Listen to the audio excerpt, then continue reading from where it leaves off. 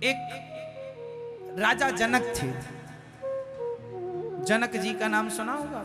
जनक सीता के पिता जनक नहीं, जो राजा प्रजा को पिता की तरह पालन करता हो उस राजा को जनक कहा जाता था। पिता की तरह जो पालन करे तो वो जनक। जनक एक व्यक्ति का नाम नहीं था, उस सत्ता पर, उस गद्दी पर बैठे हुए को जनक कहा जाता। जैसे प्रधानमंत्री किसी का नाम नहीं है, जो जाकर बैठ जाए वो प्रधानमंत्री। जनक किसी का नाम नहीं है, उस जनक की सत्ता पर जो बैठा है उसे जनक कहा जाएगा। तो एक जनक थे, एक राजा थे, जनक कहा जाता था उन्हें।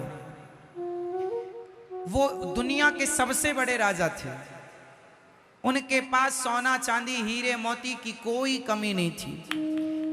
एक सवाल, मैं एक कहानी सुनाऊंगा, फिर एक सवाल पूछूंगा, सावधानी से मेरी बात समझिएगा, फिर उत्तर दीजिएगा। हाँ चलो।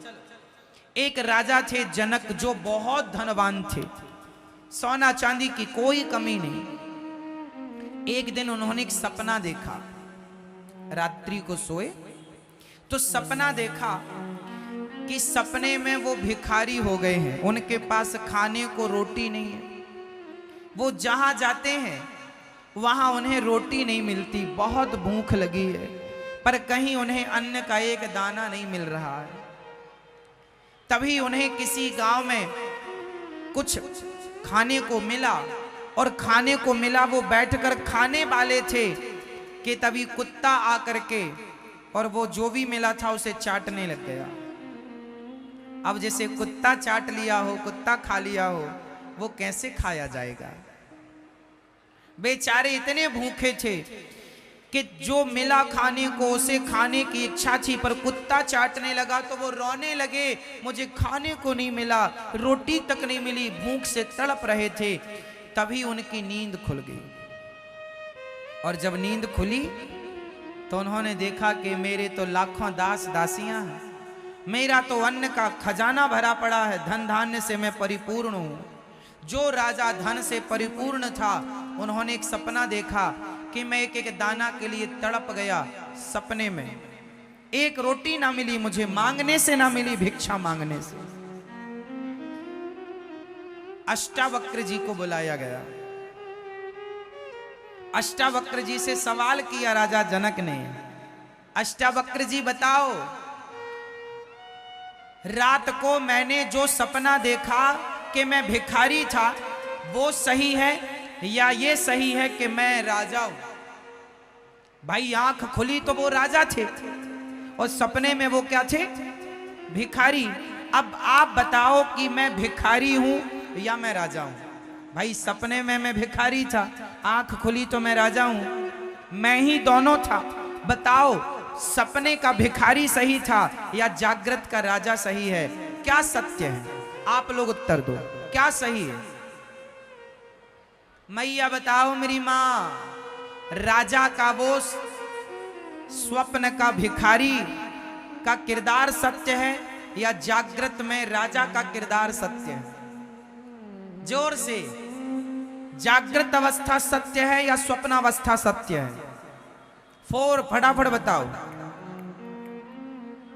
बैठे बैठे खड़े ना हो। क्या सही, क्या सत्य है? बताओ। जागृत सत्य है आपके हिसाब से? आपके हिसाब से क्या सत्य है, स्वप्न या जागृत? स्वप्न सत्य है, आप बताओ। स्वप्न सत्य है, आप बताओ क्या सत्य है? जागृत, आप बताओ क्या सत्य है? क्या स्वप्न सत्य है? आप बताओ क्या सत्य है? आप ही बताओ। सपना सत्य है। पीछे की मैया बताओ क्या सत्य है, जागृत या स्वप्न? क्या सत्य है? हाँ, दोनों सत्य हैं।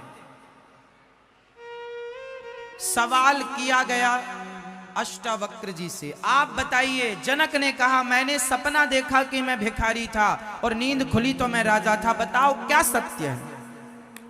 मुस्कुराते हुए श्री अष्टावक्र जी ने कहा, राजन, ना तुम्हारा वो सत्य था जो तुमने स्वप्न में देखा, ना तुम्हारा ये सत्य है जो तुम जागृत अवस्था में देख रहे हो।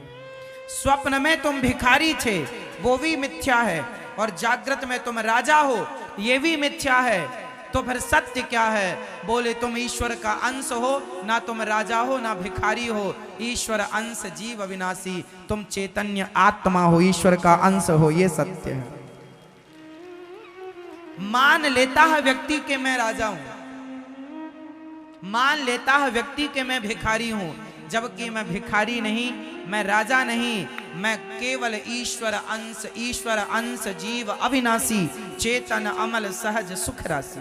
हम ईश्वर के अंश हैं। इसे एक और तरीके से समझ सकते हैं, समझो। समुद्र की एक बूंद आप अपने हाथ में ले लो, या एक चुल्लू पानी ले लो।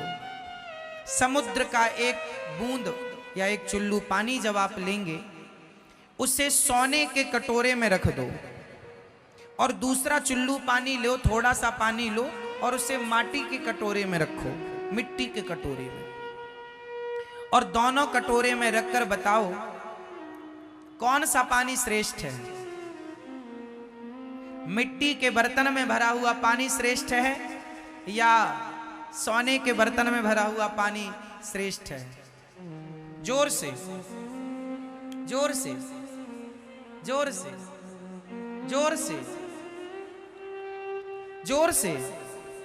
मिट्टी के बर्तन का पानी श्रेष्ठ है, कैसे?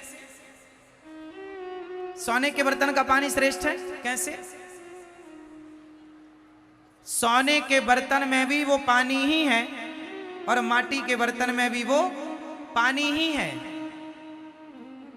वो पानी किसका अंश है?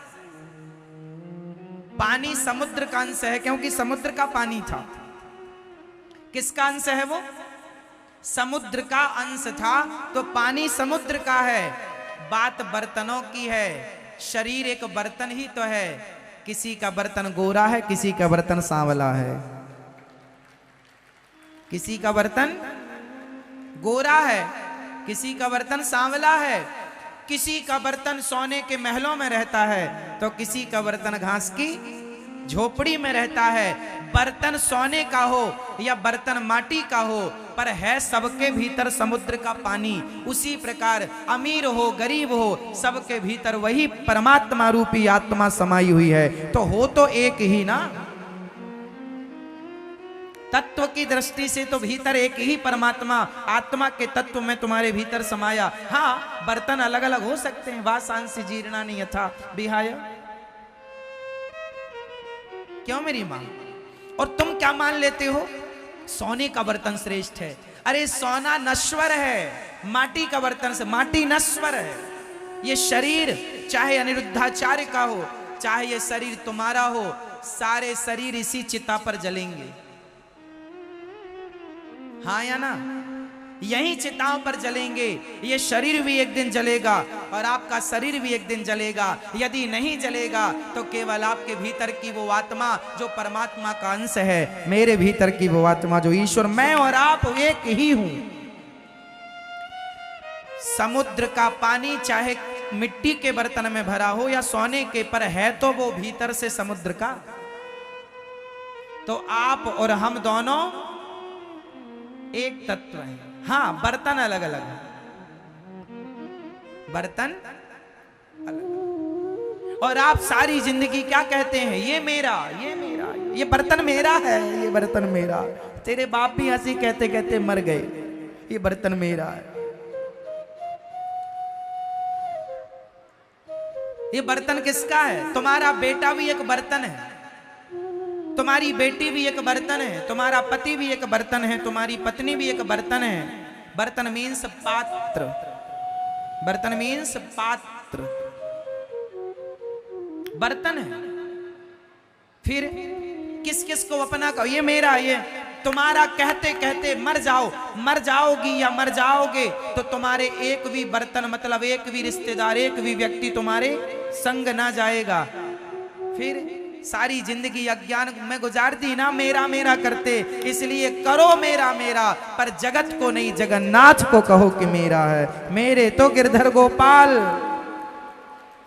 दूसरों ना दूसरो ना कोई।